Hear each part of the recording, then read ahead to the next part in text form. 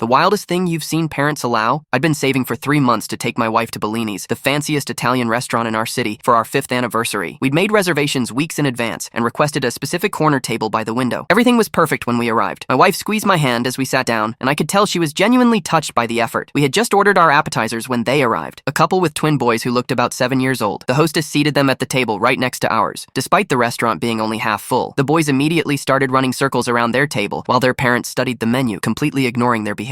One of them bumped into our table, causing my wife's water to spill across the tablecloth. "Sorry about that," the father said without looking up from his menu. Neither parent made any attempt to control their children. The boys continued racing around, now weaving between tables across the entire restaurant. I made eye contact with our waiter, who gave me a sympathetic look but didn't intervene. When our appetizers arrived, one of the boys skidded to a stop right beside our table. "What's that?" he asked loudly, pointing at our food. "It looks gross." Before I could respond, he reached out and poked his finger directly into the center of the burrata, breaking it open so the creamy center spilled across the plate. "Dylan, don't touch other people's food," his mother called out, still not getting up from her table. I signaled the waiter, who quickly brought us a replacement. By this time, the parents had finally ordered, and the boys had momentarily returned to their table. The mother was now allowing them to watch something on a tablet without headphones, the sound of cartoon explosions and character voices filling our section of the restaurant. "Can you please turn that down?" I asked politely. "We're trying to have a conversation." The mother looked at me like I'd suggested something outrageous. "They'll get fussy if I turn it off. It's just for a little while." When our main courses arrived, my wife tried to salvage the evening. "Let's just focus on us," she whispered. "The food looks amazing." Just as our glasses clinked in a toast, a dinner roll flew through the air and landed directly in my wife's pasta. Marinara sauce splattered across her new cream-colored dress. "Direct hit!" shouted one of the twins, while the other high-fived him. That was when I finally lost my patience. I stood up and approached their table. "Excuse me, but your children have been disrupting everyone's meals. They've spilled our drinks, ruined our appetizer, and now thrown food at my wife. Could you please control them or take them outside until they calm down?" The father looked annoyed. "They're just kids, man. Lighten up. This is a fine dining restaurant," I pointed out, "not a playground." "Are you telling me how to parent my children?" the mother interjected, her voice rising. "They're expressing themselves. Maybe you shouldn't go out in public if you can't handle being around families." By now, the manager had approached our tables. "Is there a problem here?" "Yes," I began. "These children have been... This man is harassing us just because our boys are being a little energetic," the mother interrupted. "He's trying to tell us how to raise our kids." The manager turned to me with a placating smile. "Sir, we're a family-friendly establishment. Family-friendly doesn't mean letting children run wild," my wife spoke up, dabbing at her stained dress. "Look what they did." The manager offered to move us to another table, but the damage was already done. We asked for our food to be wrapped up to go and requested the check. As we waited for our takeout boxes, one of the boys crawled under our table and untied my shoelaces, while the other one grabbed a handful of my wife's hair from behind, yanking hard enough to make her yelp. "Boys will be boys!" the mother sang out, still not leaving her seat.